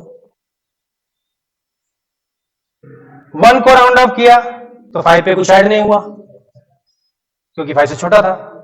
लेकिन हमें पता है 5 के राइट साइड हम एक नॉन जीरो डिजिट छोड़ के आए हैं, तो हम जब 5 को छोड़ेंगे तो इसके लेफ्ट साइड चाहे इवन हो चाहे ऐड हो, हमेशा 1 ऐड करेंगे। तो 5 के बलिदान हो जाने के बाद इस पे 1 ऐड हुआ और अब ये 5 हुआ, पहले 5 नहीं था, अब ये 5 हुआ, और चूंकि अब 5 हुआ, जब ये 5 हुआ तब इसके राइट साइड कुछ नहीं है अब। तो अब हम देखेंगे कि इस 5 के लेफ्ट साइड आड है कि इवन है ना? बात सही? ये क्वेश्चन आईटी में आया है, समझ गए? तो इस 5 को जब हम छोड़ेंगे तो अगर आड है तो +1 कर देंगे, यानी 6 हो जाएगा। और फिर अगर इसको भी लीव करना है तो 6 तो 5 से बड़ी नंबर हो गई, तो इसको लीव करोगे तो इस पे 1 ऐड हो जाएगा, 4 हो जाएगा। ठीक? तो आपको लीव करने या राउंड ऑफ करने के नियम रूल समझ में आ गए हैं। 2 नंबर्स को मल्टीप्लाई करने में सिग्निफिकेंट फिगर का रूल क्या है समझ में आ गया होगा। अब हम यहां पर एडिशन और सब्ट्रैक्शन का रूल बता रहे हैं। एडिशन ऑब्लिक सब्ट्रैक्शन का रूल, जोड़ने और घटाने का एक ही कॉमन नियम है, कॉमन रूल है। अगर मैं आपसे कहूं, इसी क्वेश्चन में कहूं कि इस रेक्टेंगुलर प्लेट की टोटल पेरीमीटर बताओ। पेरीमीटर समझते हो ना? चारों भुजाओं की लंबाई का योग, 4 साइड्स के लेंथ का एडिशन करो तो टोटल पेरीमीटर हो जाएगा ट्वाइस लेंथ प्लस ब्रेड्थ। भाई ये L है तो ये भी L है, ये B है तो ये भी B है, आमने सामने की साइड इक्वल होती है, ट्वाइस L प्लस B। अब हमें मजबूरी है कि पेरीमीटर निकालना है तो लेंथ और ब्रेड्थ को ऐड करना है, और अगर ऐड करना हमारी फार्मूले के अकॉर्डिंग मजबूरी है तो हमें यहाँ ऐड या सब्ट्रैक्शन वाला रूल भी लगाना पड़ेगा। तो इसीलिए मैंने ऐसा एग्जांपल उठाया जिसमें हमें एडिशन का रूल लगा के समझाना पड़े। तो ट्वाइस L प्लस B 112 में 1.2 जोड़ो। तो ध्यान रखिएगा ऐड या सब्ट्रैक्ट करते समय डेसिमल के नीचे डेसिमल रख करके वर्टिकल एक ही लाइन पर डेसिमल के नीचे डेसिमल रखकर ऐड या सब्ट्रैक्ट किया जाता है, ये सारे लोग जानते होंगे। ठीक, अब ऐड कर लो। 112 में दशमलव यहां पर है, दशमलव डेसिमल जो है ऐसे रखो और ऐड कर दो, 2 3 1 1 ये आएगा, है ना। तो आपने ऐड कर लिया। अब ऐड करने के बाद 2 से मल्टीप्लाई करना भी बाकी है, करें जरा 2 से मल्टीप्लाई या 1 मिनट रुक जाए। 2 से मल्टीप्लाई तो हम बाद में कर लेंगे, बाद में करेंगे। पहले ये जो ऐड करने के बाद नंबर आई है इसमें हम अपना सिग्निफिकेंट फिगर्स का रूल लगा लें। 2 से मल्टीप्लाई, ये तो 2 एक नंबर है ना, मेजरमेंट तो नहीं है ना, तो इससे तो मल्टीप्लाई हम बाद में करेंगे। ये जो ऐड करने के बाद आया इसमें पहले सिग्निफिकेंट फिगर का रूल लगा लें। रूल सुनिए ध्यान से, जिन 2 या 2 से ज्यादा नंबर को ऐड या सब्ट्रैक्ट कर रहे हैं इनमें काउंट करिए डेसिमल के बाद कितने सिग्निफिकेंट फिगर हैं, डेसिमल के बाद कितने हैं, डेसिमल के बाद कितने हैं। यहां पर डेसिमल के बाद 1, यहां डेसिमल के बाद 1 को नहीं, 0 कोई नहीं। तो एडिशन या सब्ट्रैक्शन में केवल डेसिमल के बाद वाले सिग्निफिकेंट फिगर काउंट किए जाते हैं, और सब्ट्रैक्शन और सॉरी डिवीजन और मल्टीप्लिकेशन में टोटल डेसिमल के पहले वाले और डेसिमल के बाद वाले टोटल काउंट किए जाते हैं। ध्यान रखिएगा यही डिफरेंस है इन दोनों रूल्स में। तो यहां पर डेसिमल के पहले और डेसिमल के बाद वाले दोनों काउंट किए गए थे, यहां पर केवल डेसिमल के बाद वाले काउंट किए जाते हैं एडिशन सब्ट्रैक्शन। तो डेसिमल के बाद यहां पर 1, यहां पर कोई नहीं। न्यूनतम किसमें, मिनिमम किसमें, लीस्ट किसमें, इसमें कोई नहीं, 0। यानी कि फाइनल आंसर में हमें डेसिमल के बाद कोई नहीं रखना, यानी कि इसको हमें राउंड ऑफ करना है, इस 2 को राउंड ऑफ करना पड़ेगा। मतलब लेफ्ट हैंड साइड से डेसिमल तक राउंड ऑफ करना पड़ेगा, क्योंकि डेसिमल के राइट साइड हमें कोई डिजिट रखनी ही नहीं है। तो ये तो बहुत सिंपल है, 2 है, 5 से छोटी डिजिट है तो इसको छोड़ दो, या इसके लेफ्ट में कुछ ऐड होगा नहीं, यही आंसर। तो 2 से मल्टीप्लाई करना बाकी है, 113। अब इसको 2 से मल्टीप्लाई कर दो,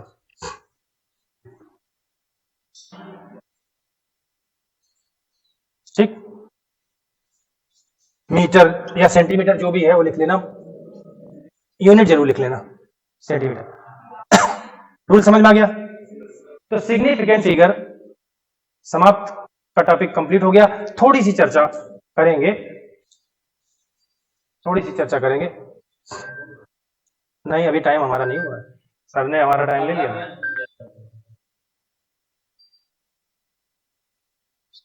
हेलो,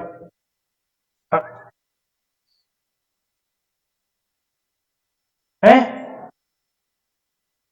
नहीं, नो सॉरी। हाँ थोड़ा सा चर्चा, बस 5-7 मिनट, थोड़ी सी चर्चा हम लोग एरर के बारे में कर ले, त्रुटि के बारे में कर ले। थोड़ा टॉपिक लंबा है, टाइम लगता है एरर में, कम से कम आधे से पौन घंटे का टाइम लगता है। इतना टाइम अपने पास है नहीं, लेकिन फिर भी हम आपको बहुत कम समय में उसका जिस्ट यानी कि निष्कर्ष या कंक्लूजन बता दे रहे हैं। अगर आप समझे तो समझ में आ जाएगा आपको।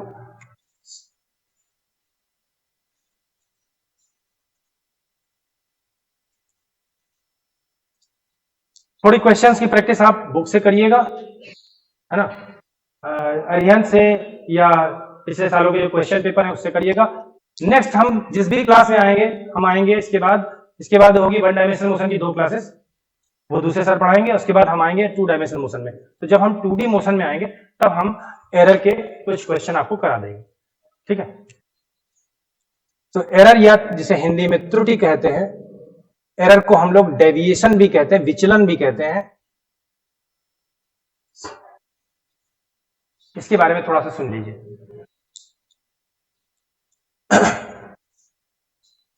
जब हम लोग किसी फिजिकल क्वांटिटी को किसी इंस्ट्रूमेंट से मेजर करते हैं तो मेजर करने में एरर हो जाती है। एरर होने के काज के अकॉर्डिंग, एरर होने के काज के अकॉर्डिंग एरर 2 तरीके की होती है। नंबर 1 सिस्टमैटिक यानी कि रेगुलर एरर, नियमित त्रुटि कहते हैं हिंदी में से, रेगुलर एरर। और दूसरी रैंडम एरर। सिस्टमैटिक एरर जो होती है वो फॉल्टी इंस्ट्रूमेंट, मतलब इंस्ट्रूमेंट में ही कुछ गड़बड़ है, फॉल्टी इंस्ट्रूमेंट ही फॉल्टी है, इंस्ट्रूमेंट में ही कुछ गड़बड़ है, उस वजह से हो सकती है। सिस्टमैटिक एरर फॉल्टी इंस्ट्रूमेंट की वजह से हो सकती है, या lack of concentration of observer की वजह से हो सकती है। Lack of concentration of observer मतलब आप ऑब्जर्वर की लापरवाही की वजह से हो सकती है।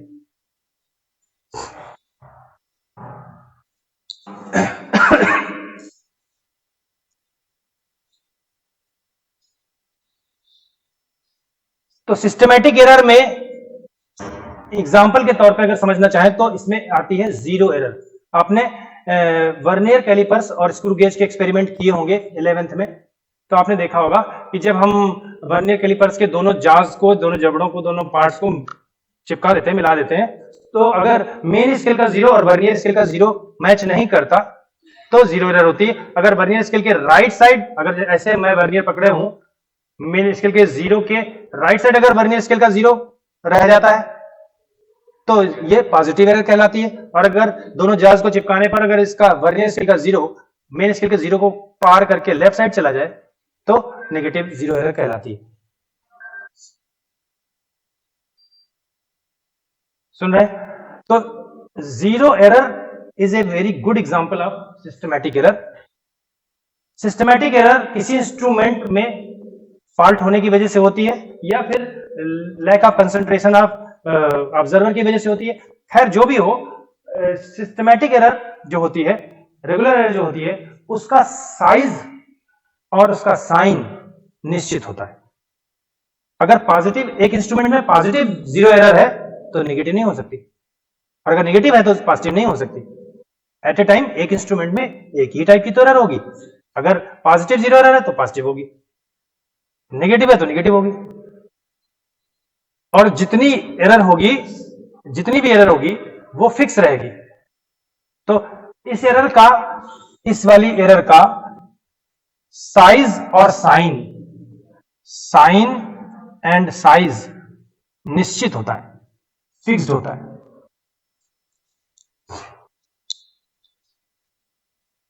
ठीक है। रैंडम एरर जिसे कि इरेगुलर एरर भी कहते हैं, अनियमित त्रुटि कहते हैं हिंदी में, ये जो है एक तो ऑब्जर्वर्स पोजीशन, ऑब्जर्वर की पोजीशन चेंज होने की वजह से होता है, due to variation of observer's position, observer की पोजीशन चेंज होने की वजह से होता है। दूसरा, कुछ एक्सटर्नल रीजन भी हो सकते हैं, एक्सटर्नल रीजन भी हो सकते हैं, लेकिन जो भी हो ये दोनों ही रीजन पता नहीं चल पाते हैं। यानी कि रैंडम एरर वो एरर होती है whose cause is unknown, cause is unknown, जिसका कारण नहीं पता होता है। रैंडम एरर उस एरर को कहते हैं, एक हम वैज्ञानिक लोग अंदाजा लगाते हैं कि रैंडम एरर या तो किसी एक्सटर्नल रीजन की वजह से होती है जिसके बारे में पता नहीं चल पाता, या फिर ऑब्जर्वर की पोजीशन वेरी करती रहती है उसकी वजह से होता है, लेकिन वो भी पता नहीं चल पाता। खैर जो भी हो, रैंडम एरर उस एरर को कहते हैं जिसमें कि काज का पता नहीं चलता, और अगर काज का पता नहीं है, कारण का पता नहीं है, तो निवारण कैसे होगा? मतलब इसको हम रिमूव नहीं कर सकते, कंप्लीटली रिमूवेबल नहीं है ये वाली एरर। तो ये वाली एरर कंप्लीटली रिमूवेबल नहीं है, लेकिन इसको हम कम कर सकते हैं by increasing the number of observations. अगर हम बहुत ज्यादा नंबर ऑफ ऑब्जर्वेशंस लें तो ये वाली एरर कम हो जाती है। रैंडम एरर के बारे में एक फार्मूला है, random error is inversely proportional to under root of number of observations. Random error को अगर कम करना चाहते हो तो नंबर ऑफ ऑब्जर्वेशंस को इंक्रीज करो। जितना ही नंबर ऑफ ऑब्जर्वेशंस को बढ़ाते जाओगे, एवरेज वैल्यू ट्रू वैल्यू के करीब पहुंचती जाएगी। कॉन्सेप्ट ये है। और ध्यान दीजिएगा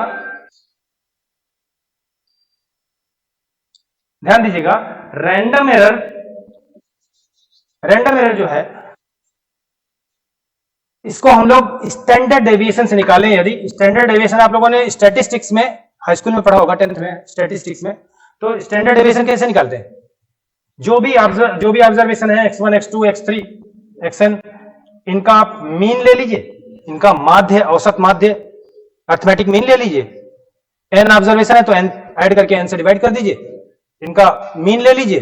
मीन लेने के बाद में इन ऑब्जर्वेशंस को बारी बारी उस मीन में से सबट्रैक्ट करिए। x1 में से x बार को मीन वैल्यू कह रहे हैं, इन सबकी मीन वैल्यू कह रहे हैं। तो x1 में से x बार सबट्रैक्ट करिए, फिर x2 में से x बार सबट्रैक्ट करिए, तो ये क्या प्राप्त होता है? ये जो x1 माइनस x बार, x2 माइनस x बार, इन्हें हम डेविएशन या एरर्स कहते हैं।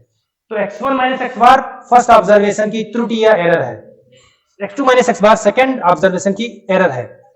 इसी तरीके हम एरर्स निकालते चले जाएंगे।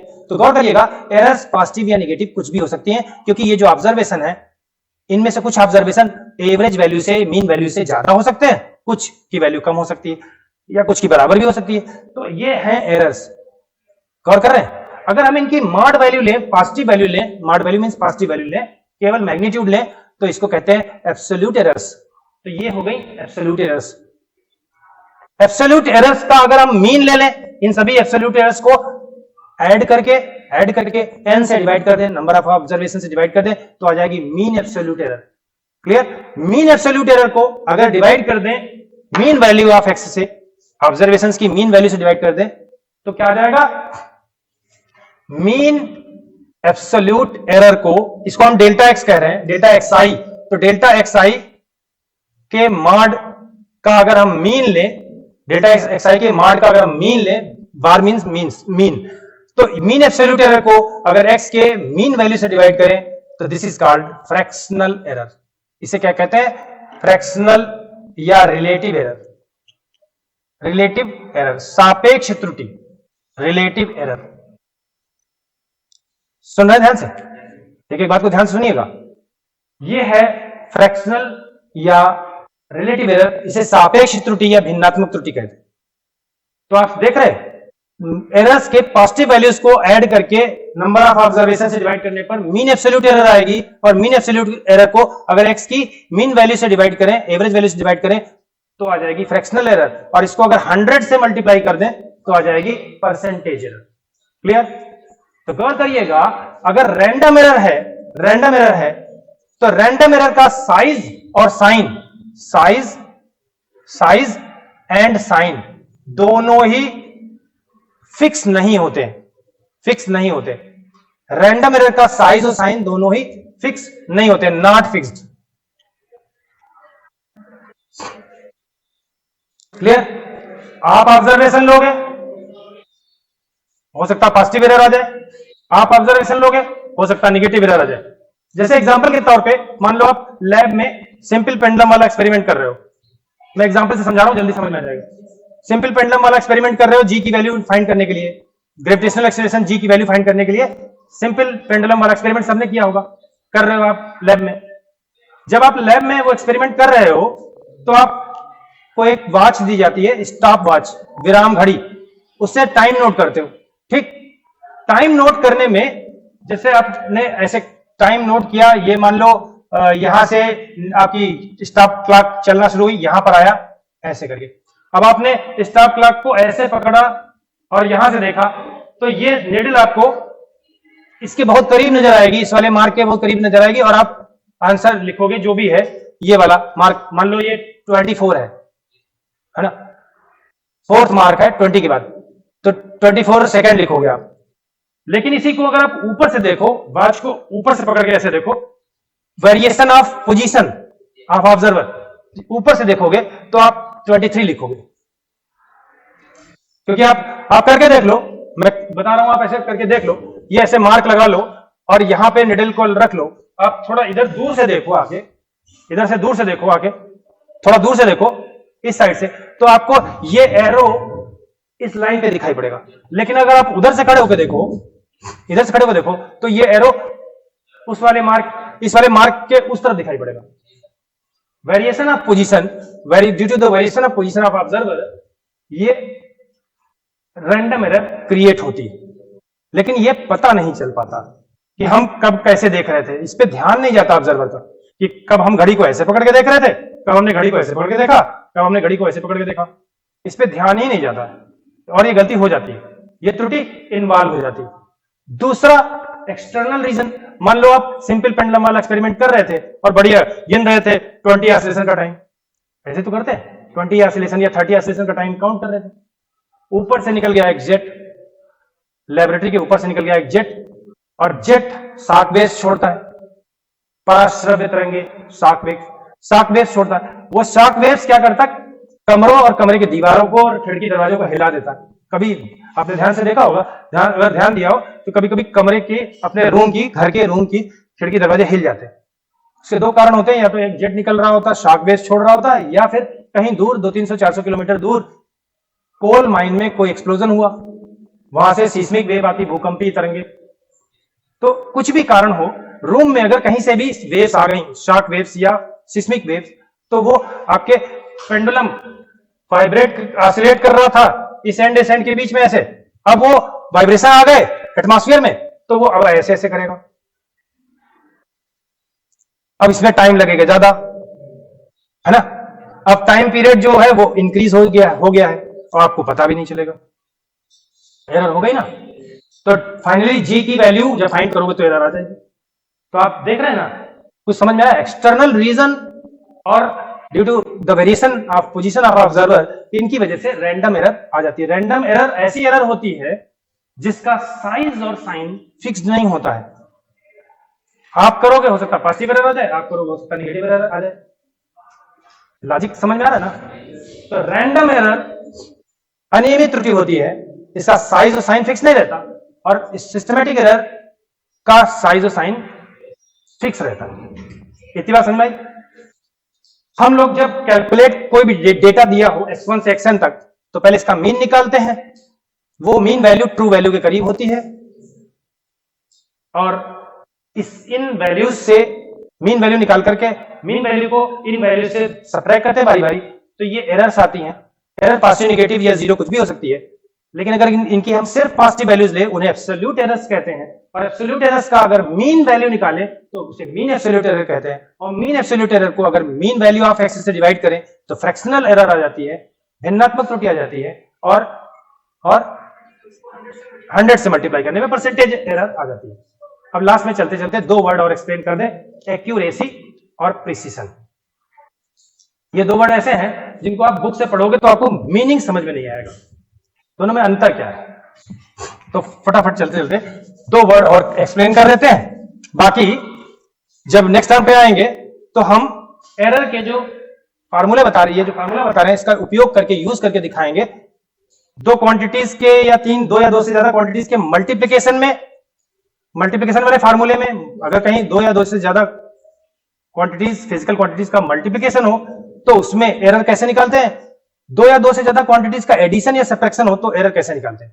इसकी चर्चा हम लोग न्यूमेरिकल में डायरेक्ट करेंगे नेक्स्ट टर्म पर। हम आपको दो टर्म और समझा दे रहे हैं, एक्यूरेसी और प्रिसीजन। इनमें क्या फर्क है। एक्यूरेसी एक वर्ड है और एक है प्रिसीजन। किसी को पता है इनमें क्या अंतर है। हाँ छोड़ रहे हैं, रुक जाओ। नहीं रुक जाओ, अभी छोड़ते रहो। एक्यूरेसी और प्रिसिशन में क्या डिफरेंस है, इसको समझने के लिए दो डायग्राम देखिए तो आपको फटाक से समझ में आ जाएगा। आप लोगों ने देखा होगा आर्मी वाले प्रैक्टिस करते हैं गन से बुलेट फायर करके, सामने टारगेट होता है, टारगेट ऐसे कुछ पेपर चिपका रहता है, उसके ऊपर सर्किल बने रहते हैं, यहाँ पे सेंटर पॉइंट होता है, सेंटर को टारगेट करके सामने से गन से बुलेट फायर करते हैं। इस टाइप का आपने छोटे मोटे जो मेले या लखनऊ महोत्सव इस टाइप का लगता है, उसमें भी आपने भी बच्चों वाली जो गन होती है उससे चला के देखा होगा। अगर मैंने आपसे कहा दो लोग हैं, दो बच्चे हैं, आप दोनों लोग हैं, आपको मैंने 10 बुलेट्स दी और कहा फायर करो, या 5 बुलेट्स दी, आपको 5 आपको 5, दोनों लोगों ने फायर किया, इस टारगेट पे फायर किया इन्होंने 5 बुलेट्स, इस पॉइंट, ये टारगेट पॉइंट है, centre is the target point, इनको दिया, इन्होंने 5 बुलेट्स फायर की, वो 5 बुलेट्स ऐसे आके लग रही हैं, ठीक है, पास हो गई। इन्होंने फायर किया, यहां आके लगी, इन्होंने फायर किया, यहां लगी। ध्यान दीजिएगा, दोनों चित्रों को, दोनों डायग्राम को ध्यान से देखिए, दोनों में क्या फर्क है। यहां पर इन्होंने पांचों बुलेट जो फायर किए हैं, वो पांचों बुलेट आपस में आसपास है, बहुत पास है, बहुत क्लोज है। तो इस वाले फायरिंग में जो टारगेट को हिट किया गया है, टारगेट से तो दूर है। अगर हम इन पांचों वैल्यू की एवरेज वैल्यू, पांचों हिट की एवरेज वैल्यू निकालें तो एवरेज बीच में कहीं पड़ेगा यहां, है ना। लेकिन पांचों बहुत आपस में क्लोज है, आपस में क्लोज है, यानी कि इस डायग्राम में प्रिसिशन हाई है, प्रिसिशन हाई है, बट टारगेट से चूक ज्यादा हो गई है, टारगेट से डेविएट ज्यादा कर गया है, एक्यूरेसी लो है, एक्यूरेसी लो है, एक्यूरेसी लो है। इस डायग्राम में इन्होंने जो हिट किया है उसमें पांचों बुलेट आसपास लगी हैं जाके, उनके बीच में आपस में डिस्टेंस बहुत कम है। इसका मतलब इस डायग्राम में प्रिसिशन हाई है, लेकिन टारगेट तो ये पॉइंट था ना, इससे चूक ज्यादा हो गई है, डेविएशन ज्यादा हो गया, एरर ज्यादा हो गई, एक्यूरेसी कम है। इस वाले डायग्राम में अगर इन पांचों का एवरेज निकालो तो वो यहां कहीं आएगा, इन पांचों का एवरेज निकाले, भाई ज्यादा बुलेट इस साइड लगी है ना, तो अगर पांचों का एवरेज निकालोगे तो यहां आएगा। एक्चुअल वैल्यू ये है, स्टैंडर्ड वैल्यू ये है, ट्रू वैल्यू ये है, एवरेज वैल्यू ये है। इन दोनों के बीच में जो डिस्टेंस है ये डेविएशन है या एरर है, ये एरर कम है, लेकिन पांचों बुलेट्स के बीच में आपस में डिस्टेंस ज्यादा है। इसका मतलब इस डायग्राम में प्रिसिशन लो है, प्रिसिशन लो है क्योंकि बुलेट्स के बीच की आपस की डिस्टेंस कम हो गई, ज्यादा है। अगर बुलेट्स की आपस की डिस्टेंस ज्यादा है, यानी कि जो डेटा है उनके बीच में अगर डिस्टेंस ज्यादा हो, डिफरेंस ज्यादा हो, तो प्रिसिशन लो हो जाता है। लेकिन अगर उन सबका एवरेज निकालो तो वो ट्रू वैल्यू के करीब है, स्टैंडर्ड वैल्यू के करीब है, तो यानी कि एक्यूरेसी हाई है, इस वाले में एक्यूरेसी हाई है। तो दो वर्ड है, एक्यूरेसी और प्रिसिशन, इनका मीनिंग समझ में आया। एक और एग्जांपल पेश करता हूं, फटाक से समझ में आ जाएगा। मान लीजिए आपसे कहा जाए कि एक ये राड है, इसकी लेंथ नापो। वैज्ञानिकों ने नापा, वैज्ञानिकों ने मेजर किया एक्यूरेट इंस्ट्रूमेंट से, रीडिंग आई 1.432 सेंटीमीटर। ये स्टैंडर्ड लेंथ है जो वैज्ञानिकों ने एग्जैक्टली नापी है। अब मैंने फिर दो स्टूडेंट लिए, मैंने कहा आपको स्केल दे रहा हूं, आपको एक स्केल दी, आपको मैंने एक स्केल दी, आपको मैंने दूसरी स्केल दी, दो डिफरेंट स्केल दी। इन्होंने नापा, रीडिंग आई 1.3 सेंटीमीटर इन्होंने, और इन्होंने नापा, इसी की लेंथ नापी 1.12 सेंटीमीटर। ये स्टूडेंट 1 ने, फर्स्ट स्टूडेंट ने नापा है, ये स्टूडेंट सेकेंड ने नापा है, ठीक है। ये वैज्ञानिकों ने नापा है, ये स्टैंडर्ड लेंथ है, एक्चुअल लेंथ है। अब ये दो लोग नाप रहे हैं, मैंने दो स्केल दिए हैं, एक इनको एक इनको, इन्होंने मेजर किया अपनी स्केल से, अलग अलग टाइप की स्केल मैंने दे दी, सेम स्केल नहीं दी, अलग अलग स्केल दे दी। इन्होंने नापा 1.3, स्टूडेंट 1 ने। ध्यान दीजिए ये वैल्यू इस एक्चुअल वैल्यू या ट्रू वैल्यू के ज्यादा करीब है, यानी कि इसका डिफरेंस कम है, यानी कि ये रीडिंग ज्यादा एक्यूरेट है क्योंकि ये एक्चुअल वैल्यू के ज्यादा करीब है। ठीक, तो इस रीडिंग की एक्यूरेसी हाई है, लेकिन डेसिमल के बाद केवल फर्स्ट प्लेस पर रीडिंग दे रहा है, सेकेंड प्लेस पे नहीं दे रहा, जबकि वैज्ञानिकों ने थर्ड प्लेस तक नापा है। इसका मतलब है कि इस रीडिंग का प्रिसीजन लो है, प्रिसीजन लो है। इस रीडिंग में देखें, ये वाली रीडिंग इससे भी लेसर है, इससे ज्यादा दूर है, इससे ज्यादा डेविएट कर रही है, एरर ज्यादा है, इन दोनों का डिफरेंस ज्यादा है, यानी कि इसकी एक्यूरेसी लो है। लेकिन इसमें रीडिंग डेसिमल के बाद सेकंड प्लेस तक आ गई है। इसका मतलब